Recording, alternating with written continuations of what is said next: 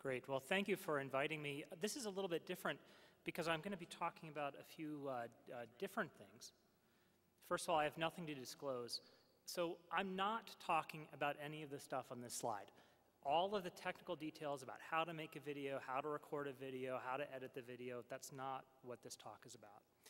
I'm going to talk about three things: content, audience, and delivery.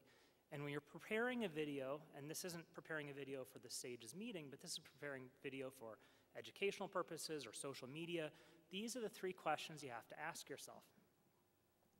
So my wife is a high school journalism teacher, and so she goes on about who, what, where, when, and how. And these are the questions we're going to talk about. All of those questions, though, are really subservient to the most important question, which is why. Why are you making the video? Because the reason that you're making the video is going to dictate what that video content is going to be.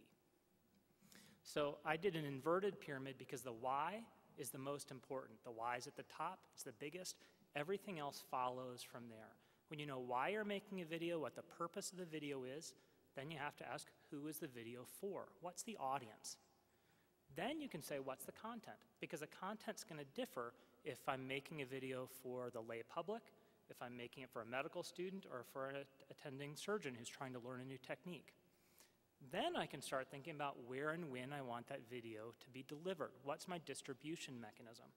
And only after I've answered all those questions do I start worrying about the less important thing, which is how I'm going to edit it. So why are you making a video? These are the common reasons I make videos, and I make a lot of videos. The most common is for educational purposes, to teach my residents. But I also do it for marketing, marketing myself, doing patient outreach, bringing patients into my clinic. I use it for academic projects like submitting to SAGES, and frankly for some self-promotion. And we also make a lot of videos for research purposes. All of these are going to have different requirements, and you're going to structure your videos differently. One video, though, can serve a lot of purposes. So I'll take the same video and I'll cut it in different ways, or I'll add different narration depending on who my audience is going to be and what I'm going to use it for. So who's your audience? Well, these are the ones we think about a lot. Our students, our residents, surgeons in practice, the review committee if you're submitting to SAGES. One of the common audiences that we forget about or we don't talk about a lot are patients. If you look at all of those SAGES TV videos, they all go up on YouTube. And I think the videos are watched more commonly by our patients than they are by other surgeons. And I think you have to keep that in the back of your mind anytime you're going to be making a video that's going to go online or going to be widely disseminated. Once you know why you're making the video and who it's for, then you can start thinking about the content. Is it primarily a technical video where you want to know about the anatomy? Do you really need to show the whole procedure, or do you just need to show one critical key step that you're trying to teach? Is there a novel aspect you're trying to do? Or is it case-based? And I think a lot of people have mentioned the post-op care. I think we also sometimes neglect the pre-op workup, which can be just as important as the technical steps of the operation. Or is it didactics? Am I trying to replace a lecture by putting a video on for the flipped classroom?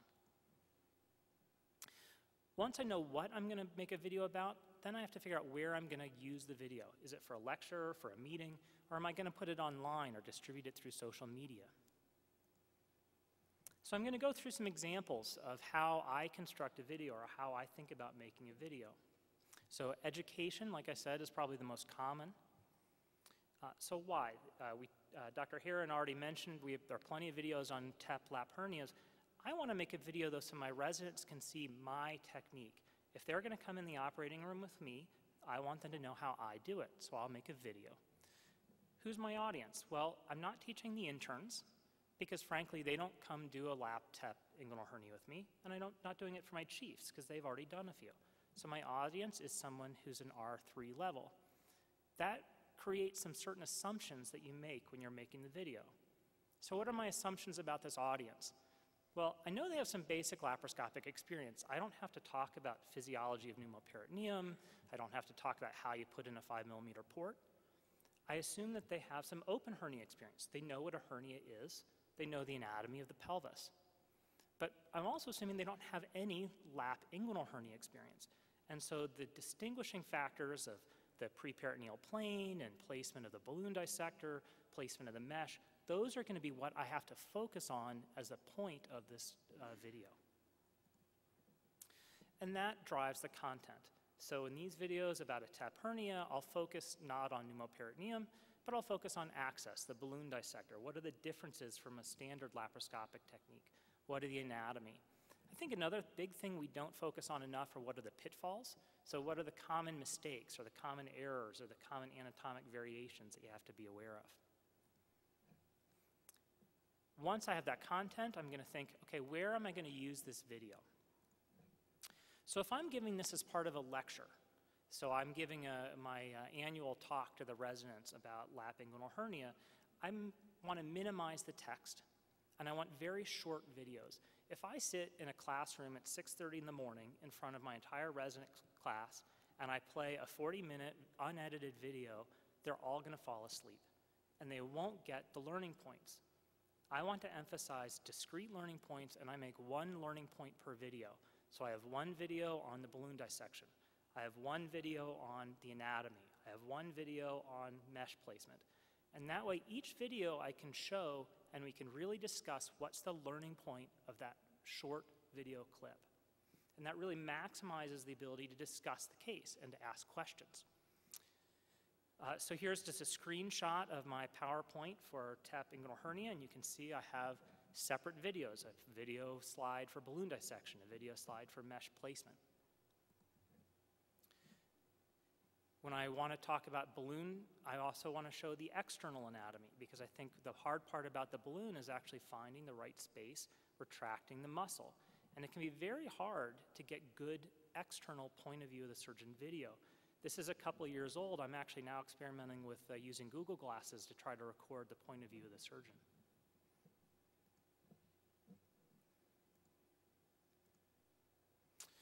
I hate PowerPoint. I'm using PowerPoint today because I don't really have any choice through Sages, but when I'm giving a lecture, I like Prezi.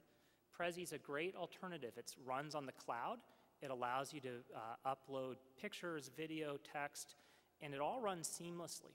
So if you've ever been in a lecture when somebody's video doesn't work, the link has disappeared, or it's in the wrong folder, or the codec isn't on that computer, that's all obviated if you use Prezi, because it's all built in and it's all on the web. So this is just what Prezi looks like when you give it. It's nice and seamless. Instead of using kind of a slide mechanism, it works more like an electronic whiteboard. And all of the videos play in line in the presentation. So if you haven't used Prezi before, I really recommend using it. I like to use the concept of what's called a flipped classroom. Again, my wife's a high school teacher, so I get a lot of this. If you haven't heard of the flipped classroom, this is not a flipped classroom. I'm standing here, I'm giving a lecture, I'm showing slides, nobody's participating. That is the absolute antithesis of adult learning theory. The best way to learn is you do the research and the reading on your own before you come to class. In the class, you do the discussion, the group work, you talk about interesting cases. So I try to make as many videos as I can, post them online, and I assign them to the residents beforehand. So when they come to the lecture, when they come to the discussion, we can really talk about questions. These are just some examples of questions from the SCORE curriculum that's a product of the American College of Surgeons. And by the way, Sages provided a lot of the videos for the SCORE curriculum. I hate learning management systems, but we all have to use them. This is my LMS login, so you can see I have to do my EPIC training. I'm overdue, as well as my ACLS renewal. If you've ever been asked to make something for a learning management system, it seems very intimidating. I just want to show you it's very, very easy. There's some off-the-shelf software. I use Adobe Presenter. Other people use Lectora or Captivate that allows you to basically take a PowerPoint presentation with video, with audio, with text, and it builds an LMS-compliant, SCORM-compliant module with video and audio and tables of content. In these demonstration videos, we use silk and this suture. is just a screen capture of an LMS module that I built. The material shows up well for demonstration. This is an example and just shows that there's video and audio and all of the usual. But it's very easy to take the presentations you already make and package them into a learning management system. In these demonstration videos, we use silk. A lot of the videos, though, for education, I'm not using in a lecture or in a classroom. I'm putting them online. So I want my residents to look at these at home, to watch them before a case. I call these on-demand videos. If they're going to come into a case with me, I want them to watch my technique right before they walk in, on their phone, on their iPad mini. Again, though, you have to remember your audience and your goals. So I put a lot of these videos up on YouTube. This is the screenshot of my YouTube page. You can see I have like 500 subscribers, over almost 150,000 views of my videos. These are videos that I have just made on my little laptop and put up to YouTube. Begin taking down the short gastric As an vessels, example, this is a Nissen-funded application that we put up. Here you can see the left lateral segment. I don't want to play because of the sound, but when you talk about knowing your audience, my audience for this video is a fourth-year resident. I want to show them the whole case so that they can see the flow of the operation. So this is a 15, 20-minute video that I've edited. I show the flow and the steps of the operation so they can really come into the operating room prepared and ready to go. Contrast that with a different audience, which is my central venous catheter curriculum we've written for our R1s. Here, I've broken down each individual step of the operation into a separate 2-minute video because I want to really call out, here's the video on needle placement, here's the video on how you turn on an ultrasound, here's a video on how you dilate and advance the catheter. Because each of those videos are so short, I can then put them together in a playlist. So here's just an example of the playlist. I can order these short little videos in a playlist. If they want to watch them all in a row, they can. If they just want to pick one out, they can. When you're posting video online, you do have to think about your method of distribution. Again, I use YouTube a lot because it's so easy. But if you want them in your institution, lots of institutions have their own online video service. The UW where I work uses Canvas. Other places use Tegrity or Blackboard. You may have a different one. Those are fine. Those work for your residents. But frankly, if you put them on Canvas, no one will ever watch that video. If you put it on YouTube, 150,000 people will watch that video. Sage's TV, a blog, I use WordPress. You can put it on a private server for research purposes, or just put it on a hard drive in your resident library, and that's where a lot of our videos sit because I haven't had time to put them up on YouTube yet. A few points about posting up on YouTube. You want to post your video, high quality video, all the things our previous speakers have talked about, but you want to do the things like tagging it. You want a good description, you want to have keywords and tags so it can be found on a search. People don't come looking for me, they come looking for lap inguinal hernia. I can also select whether I want this to be public, unlisted, meaning it won't be found in a search, and I can even make it private and invitation only. So you can use YouTube for private distribution of videos and not have them accessible to the general public.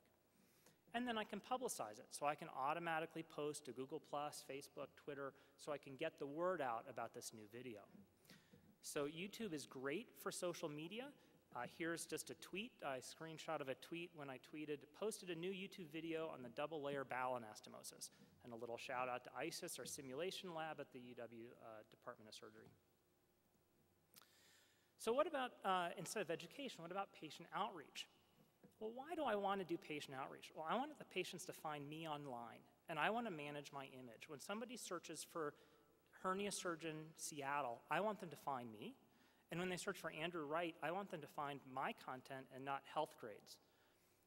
So here my audience is patients, and I have a different set of assumptions.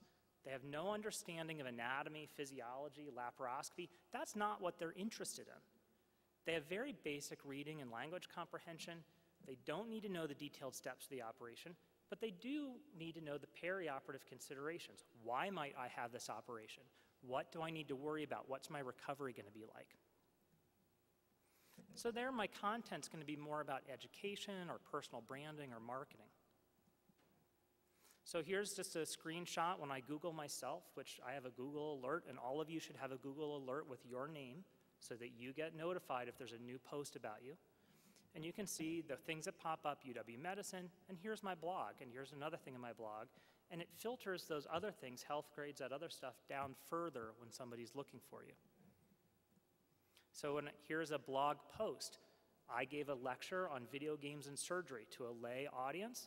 I captured that video of that talk, People loved it or they laughed. There was lots of gunfights and simulations. I put that up on my blog. I post it to YouTube. I post it to Twitter, Facebook, Google+. All of those things then rise up in the search engines, so that's what patients see when they search for my name. What about academic outreach? Well, submitting a video to SAGES helps things like promotions and tenure. It helps raise your stature in the academic community, your renown and your reputation. Great reasons to post video to SAGES. But more and more social media is being used to actually do professional collaboration, mentoring, coaching, patient discussions, and videos can be a great source for that. So here's just a screenshot of a talk that I gave, intraoperative endoscopy. I took the talk, I recorded it. Just so you know, it's not expensive. QuickTime on the Mac is free and will do screen capture. It does pay to invest in a good microphone. A good microphone costs $100. Recorded this video, put it up on YouTube. But if you notice, this has only had 205 views. This kind of stuff doesn't get the views that a video, a technique video gets on YouTube. Some other examples, some friends of mine do on social media. There are a number of surgery-related podcasts. Chris Porter from OnSurge does a series of interviews with surgeons. In fact, he just posted one today where he interviewed the skeptical scalpel. Surgery 101 does a series of podcasts more directed at medical students, and I think these are hilarious because he uses Muppets to explain surgical concepts.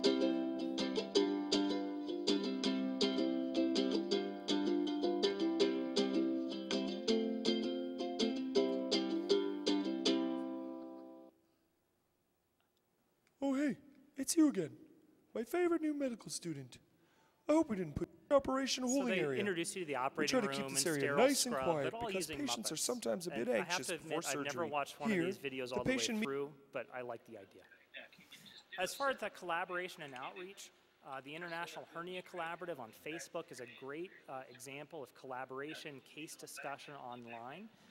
And here's a video that Guy Voller put up of post-op outcomes after an onlay mesh hernia with fibrin glue. Now, our next speaker is going to be talking about HIPAA issues, and that's a real critical thing if you're going to be posting video online, especially in things like Twitter and Facebook. In terms of research, we're going to see a flurry of research in surgical video, all because of this paper, which is really, I think, one of the most important papers written in surgery in the last few years. This is out of the Berkmeyer group from Michigan. They showed that video review of practicing surgeons directly correlates with patient-level outcomes. Surgeons that have a better rating of their surgical skill based on blinded review of video have significantly fewer complications. We're going to start seeing video-based coaching, video-based mentoring, and frankly, video-based credentialing and maintenance of licensure and license and certification. So we're going to see a huge raft of research in video analysis of real-time, real surgeon performance. It's really hard to do these studies, and the reason it's hard is because to get surgeons to sit around and rate a video is almost impossible. One of the things I think is really cool, one of my collaborators, Tom Lenve, who's a urologist, has done a study looking at crowd review of surgical performance. He takes videos, uploads them to Amazon, and pays people 50 cents a view to watch and rate the video. And he's actually found that the lay person rating correlates almost exactly with expert surgeon rating of surgical quality. So makes it a lot easier to do research in surgical video performance. So again, just to come back to the beginning, the three things you've got to think about. Anytime you make a video, what's it about? Why are you making the video? Who's the audience? And how do you have to target the video to meet the needs of the audience and the pre-existing abilities and knowledge of that audience? And then how are you going to deliver it? And then craft a video to meet those targets. So we'll be answering questions at the end, but feel free, since this is about social media, feel free to send a tweet. And if you're not on Twitter, the SAGES 2014 hashtag is fantastic, so I'd encourage you all to sign up.